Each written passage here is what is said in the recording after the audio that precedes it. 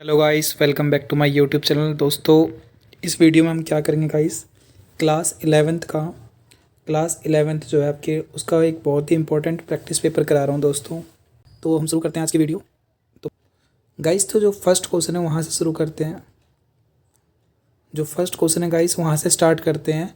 तो first question में कह रहा है दोस्तों क्या, कि आपके पास क्या है, एक फिल इन द ब्लैंक्स है, खाली जगह है, और इसमें आपको ये बताना है कि क्या आना चाहिए यहाँ पे फर्स्ट में। तो refers to the entire body of a theoretical knowledge of accounting, मतलब यहाँ पे जो भी वर्ड आना चाहिए उसमें क्या है, वो पूरी तरीके से इन्फॉर्मेशन देता है, थ्योरेटिकल नॉलेज देता है किस चीज़ की, अकाउंटिंग की। तो कौन देता है आपको थ्योरेटिकल नॉलेज? क्या वो फाइनेंशियल मैनेजमेंट देती है, या वो अकाउंटिंग देती है, या वो अकाउंटेंसी देती है, या नन ऑफ द अबव? तो आप खुद समझो। आपकी बुक का भी नाम क्या है, अकाउंटेंसी है। एक तरीके से आपके सब्जेक्ट का नाम क्या है, अकाउंटेंसी। देखो, मैं दिखाने की कोशिश कर रहा हूँ। ये देखिए गाइस, आपका जो पेपर है अकाउंटिंग का नहीं है, अकाउंटेंसी का पेपर है। किसका पेपर है? अकाउंटेंसी। इसका मतलब क्या कहना चाह रहा हूँ मैं, अकाउंटेंसी जो है दोस्तों, एक तरीके से पूरी तरीके से क्या देती है आपको, फुल नॉलेज देती है। किसकी? इसकी। किसकी? थ्योरेटिकल नॉलेज देती है। किसकी? अकाउंटिंग की। यानी कि इसका सही जवाब क्या होगा, अकाउंटेंसी। ऑप्शन नंबर सी आपका करेक्ट ऑप्शन होगा। तो चलिए दोस्तों, सेकंड क्वेश्चन पढ़ते हैं। बेटा, सेकंड क्वेश्चन में क्या कह रहा है, सेकंड क्वेश्चन में बताया जा रहा है आपसे, ये पूछा जा रहा है एक तरीके से, कि डैश डैश मतलब फिर फिल इन द ब्लैंक्स है, need information to form policies at macro level and providing subsidies. ओहो, अच्छा क्वेश्चन है। तो फिर चलो मैं इसके पूरे ऑप्शंस को दिखाने की कोशिश करता हूँ पहले।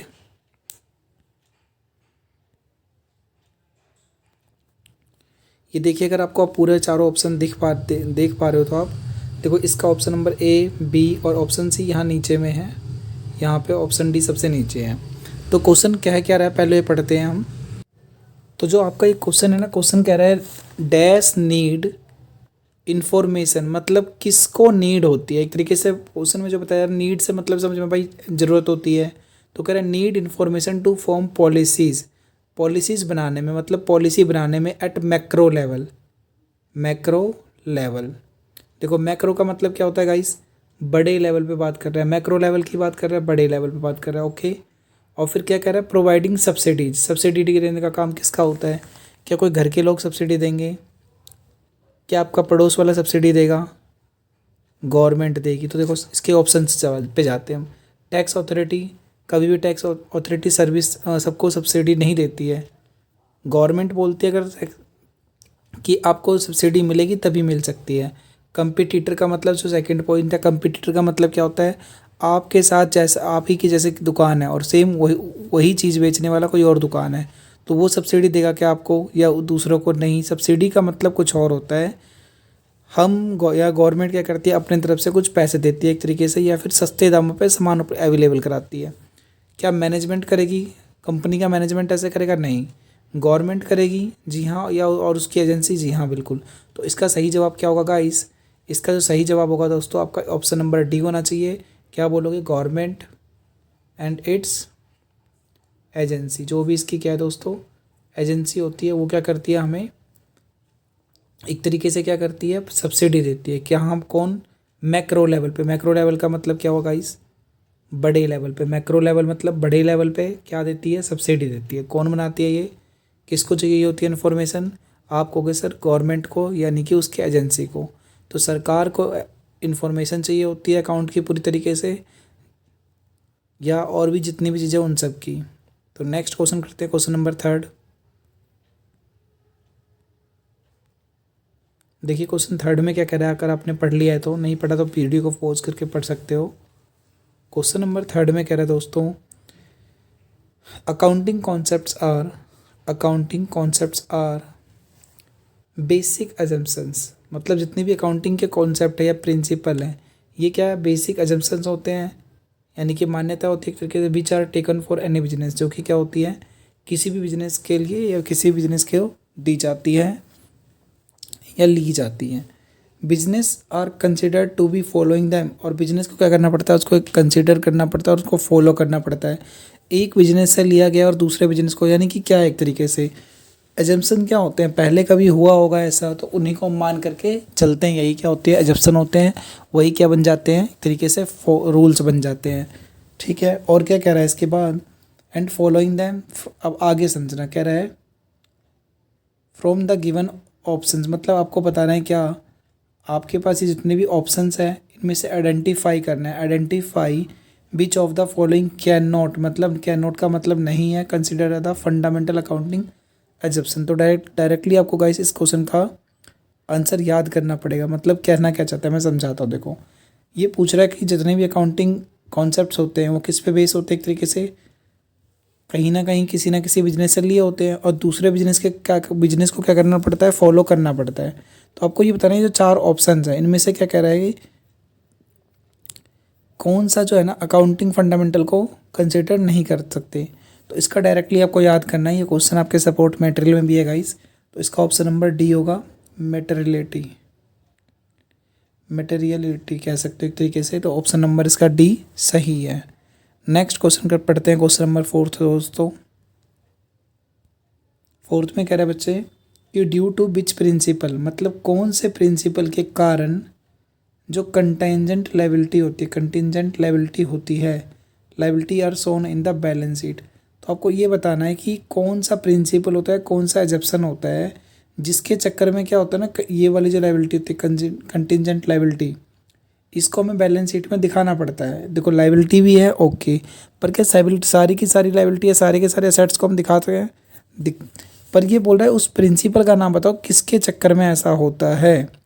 तो क्वेश्चन नंबर जो 4 है दोस्तों, अगर आपने प्रिंसिपल वाला चैप्टर पढ़ा है तो आपको पता होगा कि principle of full disclosure, principle of full disclosure क्या होता है दोस्तों, इसके कारण ही हमें जितनी भी इंफॉर्मेशन होती है, फिर मैं कह सकता हूँ कंटिजेंट लायबिलिटीज जो होती है उनको बैलेंस शीट में शो करा जाता है एक तरीके से। ठीक है दोस्तों, कहाँ पे करा जा सकता है हम कह सकते हैं लास्ट में नोट बना के हम दिखाते हैं। तो किसके चक्कर में होता है, प्रिंसिपल ऑफ फुल डिस्क्लोजर। इसका मतलब इसका सही जवाब क्या होगा, option number B. Next question पढ़ते हैं गाइस, क्वेश्चन नंबर 5 आप पढ़ लो पहले आराम से।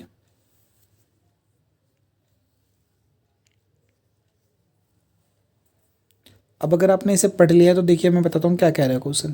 कह रहा है विच टाइप ऑफ जीएसटी, मतलब जीएसटी का कौन सा टाइप होगा, एप्लीकेबल होगा मतलब लगेगा कब, on supply from Delhi to Delhi. मतलब कह रहा है कि किसी चीज़ को मैंने क्या करा दोस्तों, देखो ये दिल्ली है, यहाँ से मैंने दिल्ली के किसी और पार्ट्स पे मतलब एक जगह से दूसरी जगह दिल्ली में ही क्या करा, सप्लाई करी। सप्लाई मतलब क्या होता है दोस्तों, ये सप्लाई मतलब क्या होता है, सामान को भेजना होता है, एक जगह से दूसरी जगह पे मैंने भेजा।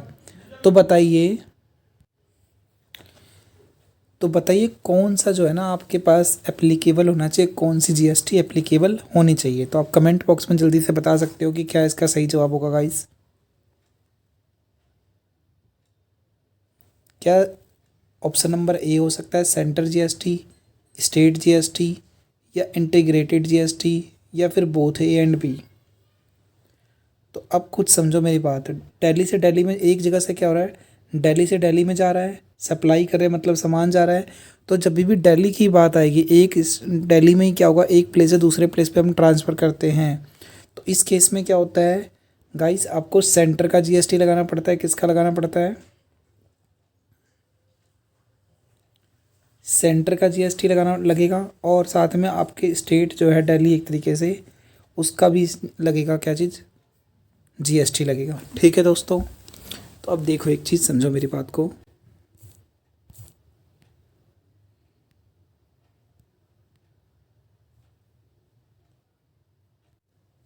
दोनों का लगेगा। इसका मतलब क्या हुआ, सेंटर का भी लगेगा और स्टेट का भी लगेगा, दोनों ऑप्शन सही है।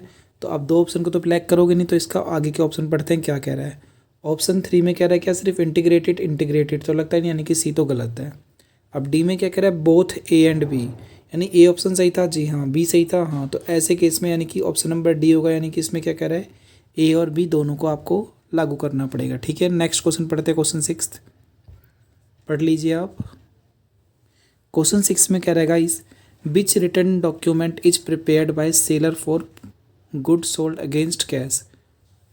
आपको क्वेश्चन को पहले पढ़ लेना है आराम से, कोई जल्दबाजी नहीं करनी है, क्योंकि क्वेश्चन आप जब खुद पढ़ोगे तभी पेपर में आप कर पाओगे।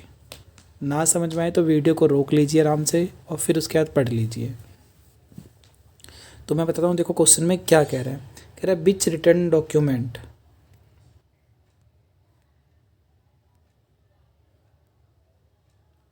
देखिए मैंने जूम कर दिया है। कह रहा है which return document is prepared, मतलब कौन सा डॉक्यूमेंट जो है ना, रिटर्न डॉक्यूमेंट बनाया जाता है किसके द्वारा, सेलर के द्वारा। मतलब देखो एक सेलर क्या कर रहा है, किसी को बेच रहा है, ठीक है, ओके। यानी एक दुकान वाला क्या है, जो एक्स एक दुकान वाला है, इसको कुछ बेच रहा है वाई को, ठीक है। यानी ये सेलर हो गया, ओके, ये सेलर है। और ये कौन हो गया, परचेजर हो गया, परचेज करने वाला। कह रहा है इसको जब हमने कुछ बेचा, वो भी किस चीज़ में बेचा है, हमने कैश में बेचा है, अगेंस्ट कैश। तो ध्यान रखना, जब भी कैश में बेचेगा तो ध्यान देना है आपको, कैश में बेचेगा तो क्या होगा, which acts an evidence for both, जो कि क्या होता है एक तरीके से एविडेंस का काम करता है, किसके लिए, सेलर के लिए भी और परचेजर के लिए भी। तो बताइए इनमें से हमें कौन सा सही ऑप्शन होगा, कौन सा डॉक्यूमेंट प्रिपेयर करेगा। तो आपको याद रखना है, जो ऐसे केस में क्या होता है, वो हमेशा कैश मेमो बनाता है। कौन, कैश मेमो बनाता है। कौन बनाता है, सेलर बनाता है। कब, सेलर बनाता है किसके लिए, परचेजर, दो परचेजर को देने के लिए, मतलब जिसने ख़रीदा है। तो ये क्या होता है एक तरीके से दोनों काम करता है, एविडेंस का भी काम करता है, किसके लिए, परचेज, सेलर के लिए भी और परचेजर के लिए भी, ठीक है। तो इसका सही जवाब क्या होगा दोस्तों, option number C, cash memo. Question number 7 I पे आ जाइए। 7 जो कह रहा है ना गाइस, इसमें क्या कह रहा है, when goods are return to supplier assets, दोस्तों कह रहा है गुड्स क्या है, रिटर्न हो गए, किस क्यों, सप्लायर को। आपने कुछ गुड्स खरीदा, तो देखिए दोस्तों मैं दोबारा समझा रहा हूँ। When goods are return to supplier, क्या करा, सप्लायर को हमने अपना सामान वापस कर दिया। तो asset and dash by same amount, यानी इसमें क्या आ रहा है, कुछ ना कुछ ऑप्शंस पढ़ते हैं, क्या कह रहा है, लाइबिलिटीज़ कॉमा इंक्रीज में, क्या लाइबिलिटीज़ बढ़ेगी और इंक्रीज हो जाएगी। देखते हैं क्या, लाइबिलिटीज़ घटेगी, लाइबिलिटीज़ और डिक्रीज मतलब कम होना होता है, असेट और इंक्रीज मतलब बढ़ना, असेट डिक्रीज। तो देखो इंक्रीज का मतलब मैं दोबारा समझा रहा हूँ, तो दोबारा क्या कह रहा है गाइस, तो ये 4 ऑप्शन के बाद मैं दोबारा देखो बता रहा हूँ। इंक्रीज मतलब क्या होता है, इंक्रीज का मतलब बढ़ना होता है, डिक्रीज का मतलब घटना होता है, समझ गए। इंक्रीज का मतलब बढ़ना होता है, डिक्रीज का मतलब घटना होता है। अब सब घटना मतलब कम होना होता है। अब समझो मेरी बात को, राम ने क्या करा, अपना सामान जो ना सीता को वापस कर दिया। सीता ने कुछ बेचा होगा, सीता को हमने वापस कर दिया, क्योंकि हमने क्या करा, सप्लायर को वापस करा। सप्लायर ये है, सप्लायर सीता है, सप्लायर सीता है। किसने बेचा था, राम ने बेचा था। क्या बेचा था, जो भी बेचा हो। अब सामान को क्या करा, राम ने वापस कर दिया, सीता को वापस कर दिया। अब सीता को वापस करने के बाद क्या होता है कि राम का जो सामान था वो वापस होने के, राम का सामान तो कम हो गया। सामान का मतलब क्या कम हुआ, हमने कुछ खरीदा तो हमने हमारी जो है असेट जो थी वो रियल में कम हुई ना, असेट जी बिल्कुल कम हुई। और ये याद रखना है कि हम जब भी रिटर्न करते हैं तो हम उन्हें उधार में खरीदा कर हुआ ही हम रिटर्न करते हैं नॉर्मली अकाउंट में। तो क्या हुआ, अब हमने उधार में लिया था, तो यानी सीता को क्या करना है, पैसे नहीं देने पड़ेंगे या कम देने पड़ेंगे। देखो सीता से हमें पैसे जो देने थे,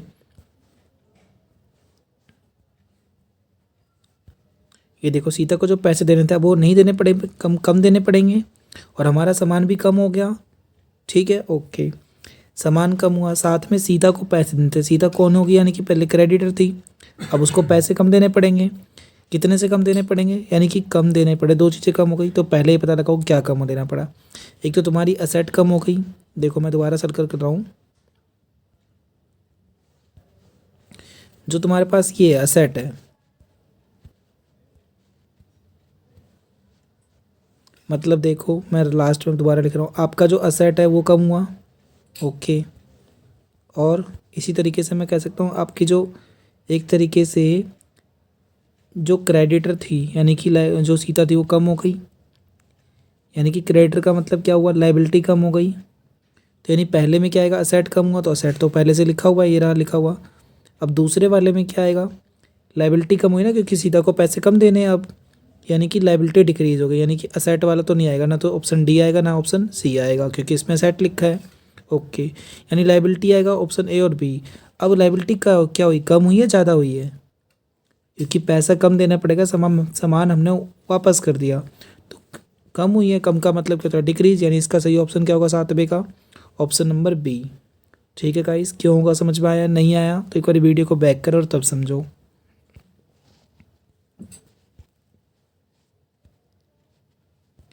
8वां क्वेश्चन करते हैं दोस्तों। 8वें में कह रहा है when cash is withdrawn bye proprietor, मतलब क्या कह रहा है, जब दो प्रोप्राइटर मतलब ओनर ने क्या करा, पर्सनल यूज़ के लिए क्या करा, अपना पैसा निकाला कुछ। विड्रॉन का मतलब निकालना होता है। तो बताओ अकाउंटिंग में क्या इम्पैक्ट होगा? अकाउंटिंग में नहीं, अकाउंटिंग इक्वेशन भी लिखा आगे। तो अकाउंटिंग इक्वेशन में क्या इम्पैक्ट होगा, एक चीज़ समझो। पैसा लेके गया है तो एंट्री क्या करोगे आप, drawing account debit to cash, ये तो एंट्री हुई हमारी। बट ये एंट्री क्या कह रहा है, ये तो हम जब प्रॉपर करते हैं, जर्नल बनाते हैं तो उसमें करते हैं। पर हमें क्या करना है, सिर्फ अकाउंटिंग इक्वेशन की बात कर रहा है। अकाउंटिंग इक्वेशन क्या होती है, असेट इक्वल टू, अब क्या बोल सकते हो, लाइबिलिटी प्लस में कैपिटल, है ना। तो एक चीज़ समझो, आपके पास क्या हुआ, प्रोप्राइटर ने क्या कैश लिया, कैश लेके गया तो कैश क्या हुई, कम होगी, असेट यानी कि कम हो गया, ओके। और पर्सनल यूज़ के लिए लेके गया, यानी कि पर्सनल यूज़ के लिए जब लेके जाएगा, अकाउंटिंग इक्वेशन की बात करेंगे तो वो अपना लाइबिलिटी कम करेगा, कैपिटल कम करेगा। तो आप क्या कहोगे, सर ये ऐसे बिल्कुल, ये इसमें तो कोई बड़ी बात नहीं है कि वो अपने क्या करेगा, कैपिटल कम करेगा। तो उसकी कैपिटल भी क्या होगी, अब कम हो गई। तो क्या कम हुआ, असेट कम हुआ और कैपिटल कम हुआ। तो देखो कम होने का मतलब क्या होता है, डिक्रीज होना नीचे। तो ऑप्शन क्या क्या है हमारे पास, ऑप्शन है डिक्रीज इन असेट, तो डिक्रीज वाले दोनों होंगे। क्या इंक्रीज कुछ हो रहा है, तो यानी कि सी नहीं होगा, डी नहीं होगा। अब बचा ऑप्शन क्या, ऑप्शन ए बचा आपके पास और ऑप्शन बी बचा। तो बी में, ए में क्या कह रहा है, डिक्रीज इन असेट, हाँ क्योंकि कैश कम हुआ तो असेट कम हो गई। और उसका अपना पैसा कम हुआ, अपने पैसे को हम क्या कहते हैं, लाइबिलिटी कहते हैं, कैपिटल कहते हैं। तो कैपिटल कम हुआ ना, लाइबिलिटी कम नहीं हुई। तो यानी ऑप्शन में क्या कह रहा है, डिक्रीज इन असेट, यानी असेट तो कम हुई है। क्या डिक्रीज इन लाइबिलिटी, लाइबिलिटीज कम नहीं हुई है, उसकी कैपिटल कम हुई है। यानी कि ऑप्शन नंबर क्या होगा, बी सही होगा। क्यों, क्योंकि असेट कम हुई, साथ में उसकी कैपिटल भी कम हुई। कैपिटल कम हुई है, ये मान के ये याद रखना, लाइबिलिटी कम नहीं हुई। तो ऑप्शन नंबर इसका बी होगा। नेक्स्ट पढ़ो 7th 8th, rules of debit and credit. Rules of debit and credit are same for both liability and capital. दोबारा समझना क्या कह रहा है, डेबिट और क्रेडिट के लिए जो रूल होते हैं वो क्या सेम होते हैं, किसके लिए, लाइबिलिटीज़ में और कैपिटल में। लाइबिलिटीज़ और असेट की बात नहीं कर रहा है, लाइबिलिटीज़ और कैपिटल की बात कर रहा है। देखो रूल क्या होता है, असेट का रूल मैं बताता हूँ आपको। जितने भी एक्सपेंस होते हैं, अगर वो बढ़ते हैं, एक्सपेंस जो होते हैं अगर वो बढ़ते हैं तो क्या करते हैं, हम डेबिट करते हैं। असेट बढ़ता है तो डेबिट करते हैं। और लाइबिलिटी में क्या होता है गाइस, लाइबिलिटी और कैपिटल दोनों के रूल सेम होते हैं। तो आपको याद रखना है कि असेट और लाइबिलिटी के रूल अलग अलग है, बट लाइबिलिटी और कैपिटल दोनों के रूल क्या हैं, लाइबिलिटी और कैपिटल के रूल दोनों के क्या है, सेम है। तो ये पूछ रहा है क्या ये कौन से, ट्रू है या फॉल्स है? तो जी हाँ ये ट्रू है, यानी ऑप्शन नंबर ए हो गया। अगला क्वेश्चन पढ़ो 10वां 10th जो क्वेश्चन है गाइस, इसमें क्या बताया जा रहा है, transactions that can not be recorded in any special journal और रिकॉर्डेड इन जर्नल। मतलब समझो, वो ट्रांजैक्शन जो क्या होते हैं, जर्नल की बुक में नहीं लिखे जाते। एनी स्पेशल जर्नल, किसी स्पेशल जर्नल में नहीं लिखे जाते, तो उसको हम क्या कहते हैं। देखो मैं पहले एग्जांपल समझा रहा हूँ क्या होता है। आप सेल्स करते हो, रोज़ का काम है, परचेज करते हो, रोज़ का काम है। बट अब सेल्स रिटर्न कर दो कई बारी, या कोई आपके पास सामान वापस भेज दे, तो ये रोज़ का काम है कि आपका सामान रोज़ वापस आ रहा है, इसका मतलब बिजनेस तो गड़बड़ है। तो वापस सामान कभी कभी आता है, तो ऐसे केस में हम क्या करते हैं, सेल्स रिटर्न के नाम से एक बुक होती है, उसमें लिखना पड़ता है। ठीक है, तो ये हमेशा नहीं होता, कभी कभी होता है ना। तो इसी जो ऐसे काम जो कभी कभी होते हैं उसे हम किस में बनाते हैं गाइस, उसे हम जर्नल प्रॉपर में नोट करते हैं। तो ऐसे जर्नल को हम क्या कहते हैं, जर्नल प्रॉपर। सेम फॉर्मेट होता है। दोबारा समझना, जर्नल एंट्रीज क्या होती है, जो नॉर्मल वर्क है, जो एवरीडे होती है। और जर्नल प्रॉपर क्या होते हैं गाइस, जो एक स्पेशल बुक्स में नोट कर जाते हैं, जिन्हें हम क्या कहते हैं, जर्नल प्रॉपर। तो इसका ऑप्शन नंबर डी सही होगा। नेक्स्ट क्वेश्चन, क्वेश्चन नंबर 11 क्या कह रहे हैं, सिंपल क्वेश्चन है guys. Contra entries are refer, contra entry क्या रेफर करती है, entries that are made only a debit side of the cash book. क्या कैश बुक के सिर्फ और सिर्फ डेबिट में आएगी? नहीं। क्या सिर्फ डेबिट कैश बुक के डेबिट में आएगी? नहीं। कॉन्ट्रा एंट्री क्या होती है, आप याद करो। कॉन्ट्रा एंट्री में हम क्या करते थे, डेबिट में भी कुछ होता था और क्रेडिट में भी। मतलब या तो कैश, एक तो कैश में कैश बढ़ रहा है तो आपका बैंक भी तो कम हो रहा होगा कहीं से, या बैंक बढ़ रहा है आपका तो कैश कम हो रहा होगा। इसका मतलब क्या होता है, डेबिट और क्रेडिट दोनों में इसका इफेक्ट पड़ता है। यानी कि ये क्या पूछ रहा है कि कौन सा इसका ऑप्शन सही होगा। तो entries that are made only entries that are made both side, both side मतलब दोनों में क्या होता है, कैश बुक के इफेक्ट करता है। यानी इसका ऑप्शन नंबर क्या होगा, सी। आप वीडियो को पॉज करके सारे क्वेश्चन को पहले रीड करो, उसके बाद ही आप करने की कोशिश करना। ये 11th क्वेश्चन।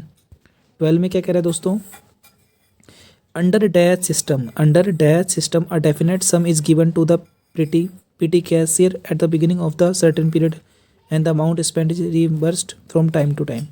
आपने पढ़ा था पीटी कैश बुक वाला क्वेश्चन करा था। पीटी कैश बुक में हम क्या करते हैं गाइस, एक ऐसा सिस्टम, इसके दो सिस्टम होते हैं नॉर्मली। एक होता है इम्प्रेस सिस्टम, वैसे मैं इसका आंसर पहले ही बता दे रहा हूँ, सी होगा। कैसे होगा वो भी समझाता हूँ। देखो, इम्प्रेस सिस्टम में हम क्या करते हैं, जो कैशियर होता है यानी कि जिसको हमने दे रखा है भाई ये पैसे पकड़, अपने पूरे महीने के इतने तेरे खर्चे हैं, मान लो 5,000 रुपये हमने उसको दे रखे हैं। आपने क्या करा, 5,000 रुपये दिए और महीने के लास्ट में क्या हुआ, सिर्फ 4,000 रुपये खर्च हुए थे उसके पास, तो बचे कितने, 1,000 रुपये। तो महीने के लास्ट में क्या होगा ना, रीइम्बर्स्ड कर दिया जाएगा। रीइम्बर्स्ड का मतलब दोबारा उसको 5,000 रुपये पूरे करने हैं। तो 5,000 रुपये पूरा करने के लिए ओनर क्या करेगा, उसे 4,000 रुपये और ऐड करके दे देगा। यानी टोटल दोबारा कितने हो जाएंगे, 5,000 रुपये। अब जब 5,000 दोबारा हो गए तो इसका मतलब क्या है, वो स्टार्टिंग में, यानी इस वाले सिस्टम को हम क्या कहते हैं, इम्प्रेस सिस्टम कहते हैं। इसी सिस्टम को हम क्या कहते हैं, इम्प्रेस सिस्टम। इसमें क्या होता है, एक डेफिनेट सम दे दिया जाता है। डेफिनेट मतलब कुछ रुपए दे दिए जाते हैं महीने के स्टार्ट में ही, पूरे एक टाइम पीरियड के लिए, 10 दिन के लिए, 15 दिन के लिए या फिर 30 दिन के लिए। तो जितने अकाउंटेंट मतलब उसके मालिक ने बोल रखा उतना मान के चलेंगे, ठीक है। और टाइम टू टाइम क्या होता है, रिइम्बर्स्ड कर दिया जाता है। नेक्स्ट पढ़ते हैं। तो इसका तो समझ में आ गया ना, सी ऑप्शन होगा। क्वेश्चन नंबर 13 जो है दोस्तों, इसका सही ऑप्शन क्या होगा, आपका क्वेश्चन पढ़ो पहले। Which account will be debited मतलब कौन सा अकाउंट क्या होगा, डेबिट होगा, if proprietor pays 5,000 as a life insurance. Life insurance के क्या कर रहा है, वो 5,000 रुपये दे रहा है। 5,000 रुपये दे रहा है, पर किस चीज़ के दे रहा है, इंश्योरेंस के नहीं दे रहा है, अपनी लाइफ इंश्योरेंस के दे रहा है। अपनी लाइफ यानी पर्सनल यूज़ कर रहा है। अगर ये सिर्फ लाइफ इंश्योरेंस के देता तो हम क्या बोलते हैं, life insurance account debit to cash account. But ये किसके लिए कर रहा है दोस्तों, सॉरी, अगर ये सिर्फ क्या करता है, इंश्योरेंस की प्रीमियम बढ़ता कंपनी के, तो हम क्या करते हैं, इंश्योरेंस प्रीमियम टू कैश करते। बट ये क्या कर रहा है, आप समझ गए मैं क्या कह रहा हूँ, ये क्या कर रहा है, ये अपनी लाइफ के लिए भर रहा है। तो यानी कि अपना पर्सनल यूज है, यानी कि drawing account debit to cash account. आप कहोगे सर ड्राइंग क्यों आएगा, ड्राइंग इसलिए आएगा क्योंकि वो अपने घर में लेके जा रहा है पैसे, एक तरीके से अपने घर में लेके जा रहा है, इसलिए हम क्या कहेंगे, drawing account debit to cash account. तो डेबिट का पूछ रहा है, डेबिट कौन हो रहा है, ड्राइंग हो रहा है डेबिट, तो ड्राइंग यानी कि क्या होगा, ऑप्शन नंबर डी। गाइस अगला क्वेश्चन पढ़ते हैं, क्वेश्चन नंबर 14 में क्या कह रहा है गाइस, 14 में कह रहा है कि which of the following is और आर मतलब इनमें से कौन सा है जिसको रिकॉर्ड करते हैं परचेज बुक में, आर नॉट रिकॉर्डेड, सॉरी मतलब रिकॉर्ड नहीं करते परचेज बुक में। तो किसको रिकॉर्ड नहीं करते हैं दोस्तों, अब खुद भी समझते हो किसको रिकॉर्ड नहीं करते हैं, परचेज बुक की बात कर रहा है। एक होता है सेल्स बुक, एक है परचेज बुक। सेल्स बुक में हम क्या करते हैं, सिर्फ जो जिसे हमने सेल्स में बेचा है। एक होती है कैश बुक, कैश बुक में क्या है, जितनी भी कैश की एंट्री है, चाहे कुछ भी बेचा हो या कुछ भी खरीदा हो, वो सारी कैश बुक में जाएगी। तो परचेज बुक में क्या होगी, जो भी हमने क्या परचेज किया है बट उधार में परचेज किया है। तो फर्स्ट में क्या करा है, cash purchase of goods worth 5,000, 5,000 का आपने क्या करा, कैश में सामान खरीदा है, तो आप उसे रिकॉर्ड करोगे कैश बुक में परचेज में। आप कहोगे सर कैश में लिया है, तो फिर तो ये कैश बुक में आनी चाहिए फर्स्ट वाली एंट्री, इसमें नहीं आएगी, यानी कि पहले तो रिकॉर्ड नहीं करेंगे, ठीक है। सेकेंड एंट्री में क्या कह रहा है, purchase of goods on credit worth 75,000, purchase किया है हमने उधार में, क्रेडिट का मतलब उधार में कितने रुपए का सामान, 75,000 रुपये का, इसको तो रिकॉर्ड करेंगे। इसमें क्वेश्चन में क्या पूछा, उसको बताना है जो रिकॉर्ड नहीं करेंगे। इसको रिकॉर्ड करेंगे तो ये तो नहीं बताना। ऑप्शन बी गलत है। ऑप्शन सी, ए पहले को रिकॉर्ड नहीं करेंगे परचेज बुक में, दूसरे को करेंगे परचेज बुक में, तीसरा क्या कह रहा है, purchase of furniture of 3000 on credit. उधार में हमने क्या करा, दोबारा से उधार में हमने क्या करा गाइस, हमने ना फर्नीचर खरीद लिया कितने का, 3000 का। किससे, क्रेडिट बेस पे। पर उधार में खरीदा है ना, तो परचेज बुक में तो आनी चाहिए। फर्नीचर खरीदा है तो, यानी हमारे पास कौन कौन सा ऑप्शन है जिसको हमें रिकॉर्ड नहीं करेंगे परचेज में। तो एक तो हमें पहले वाला को, क्योंकि इसमें हमने कैश में खरीदा है इसलिए रिकॉर्ड नहीं करेंगे। ठीक है दोस्तों। और ये जो फर्नीचर है ना, फर्नीचर की एंट्री गाइस परचेज बुक में नहीं होती। परचेज बुक में सिर्फ और सिर्फ गुड्स की एंट्री होती है। मैं लास्ट में थोड़ा ध्यान नहीं दिया मैंने। तो इसमें जो ये 3000 रुपये का उधार खरीद रहा है ना, 3000 रुपये में, तो ये रिकॉर्ड नहीं होगा क्योंकि फर्नीचर की बात होगी। अगर ये गुड्स कहता तो हम रिकॉर्ड करते, पर ये क्या कह रहा है दोस्तों, उधार में खरीदने को कह रहा था, इसको भी रिकॉर्ड नहीं करेंगे। ठीक है, परचेज बुक में। परचेज बुक में सिर्फ क्या रिकॉर्ड होगा, सेकंड वाला। तो फर्स्ट रिकॉर्ड नहीं होगा, थर्ड रिकॉर्ड नहीं होगा। तो फर्स्ट और थर्ड किस में आ रहा है, ऑप्शन नंबर सी में। तो ऑप्शन सी इसका सही होगा। अगला क्वेश्चन पढ़ते हैं दोस्तों, 15वां क्वेश्चन। 15वें में क्या कह रहा है, if XYZ electronics limited purchase 20 TB। XYZ limited एक कंपनी है, उसने क्या करा, 20 TB खरीदे हैं 2000 रुपये के पर हिसाब। मतलब 20 तो TB लिए कितने रुपए का, एक TB का रेट कितना है, 2000 रुपये। देखो पर कह रहा है ना, पर, तो 2000 रुपये कितने ले रहा है, 20 ले रहा है। एंड 15 टेप रिकॉर्डर ले रहा है कितने के रेट से, 12500 के रेट से। और क्या कहा गया इसको, there was a trade discount. मतलब वहाँ पे क्या है, ट्रेड डिस्काउंट है 20% का। What will be the amount recorded, मतलब अमाउंट कितने का रिकॉर्ड होना चाहिए, क्या 40,000 का होना चाहिए, या 1,87,500 का, या 2,27,500 का, या 1,82,000 का। तो चलो मैं इसको थोड़ा सा एलोबरेट करता हूँ, समझाने की कोशिश करता हूँ आपको। देखो गाइस यहाँ बताता हूँ, 20 TB लिए हैं 2000 के हिसाब से, यानी कि 20 इंटू में क्या होगा, 20 होगा, 2000 होगा। तो कितने का लिया इसने, यानी कि 40,000 हो गए। ठीक है, प्लस क्या करेंगे हम, 15 लिए, 15 लिए, एक का रेट क्या था दोस्तों, 12,500। तो जब मैं इसको कैलकुलेट करता हूँ, तो देखो मैं कैलकुलेटर का यूज़ करके दिखा रहा हूँ आपको। देखो गाइस ये रहा कैलकुलेटर, आपको मैं यूज़ करके दिखा रहा था ना। कितने TB लिए, 20 TB लिए उसने। तो 20 TB लिए कितने, यानी कि 20 इंटू में कितने के लिए, 2000, यानी कि 2000 से मैंने इंटू करा, प्लस करूँगा।